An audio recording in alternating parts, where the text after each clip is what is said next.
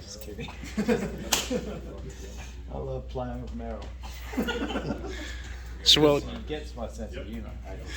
back in Iowa this year after a year hiatus, and you get 2 races for 1 weekend this year trying to get more ovals on the schedule. What do you think of Iowa Speedway and just this racetrack? I personally love it. I think it's one of the best tracks we run on.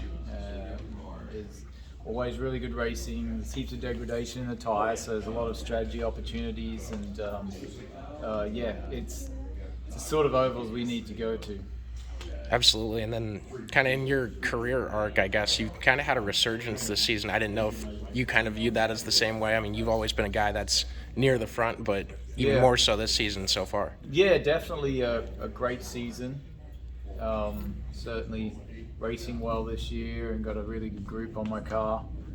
New crew chief, which, yeah, has been really good. What's kind of the key behind that? Have you changed anything or just luck this year? Yeah, I mean, if you look at last year, some of the races that we had, just unfortunate things like a spark plug go bad, the car didn't start. Like, that were races that were legitimately in with a chance to win.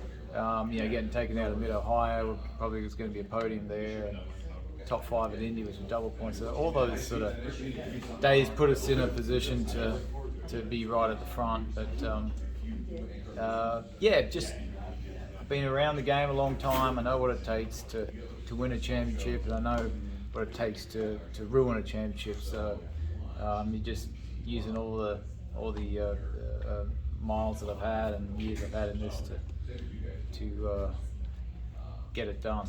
How big do you think 2 races at Iowa, right in the middle of the kind of back half of the season here, is going to be in your road to the championship? Can be a great weekend or it can be a terrible weekend. Depends on, if you've got a good car here, obviously you can get 2 big results can put you in a good position. So the car feels awesome today so far.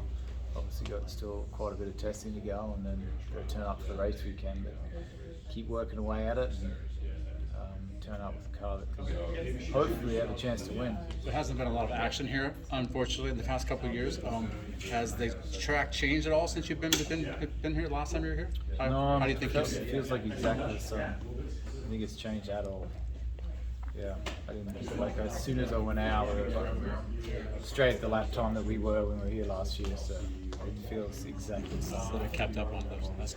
When you have a doubleheader weekend, does that feel kind of like a double points race? It's not quite that, but yes. I mean, yeah. It's obviously, you're resetting the next day. So if you're DNF'd, you're back in the game. So it's not quite a doubleheader. You have DNF, you're out. Like, that's a big hit. So yeah, it's not quite there, but it's like a doubleheader in the fact that if you just happen to have a good car for this track, you should be at the front for each race, which is you're doubling the points, doubling the opportunities. It's like a game, you get 2 chances. It's Yeah, cool. reset. Yeah. Yeah. But I imagine there's got to be some endurance to that too, and some things that make it tough as well, right? Yeah, it does. Like, you don't get as much practice, and you kind of, but we're getting a full test day here. Qualifying's early in the morning, which, track's a lot different at that point. A few of those things, and there's a bit of compromise for qualifying the first race. Well, qualifying for both races, because you have to run. You can't change the car after that, so you have to run a race setup for qualifying. There's a little bit of compromise there. You'll get it, Will. You got it. That would be good.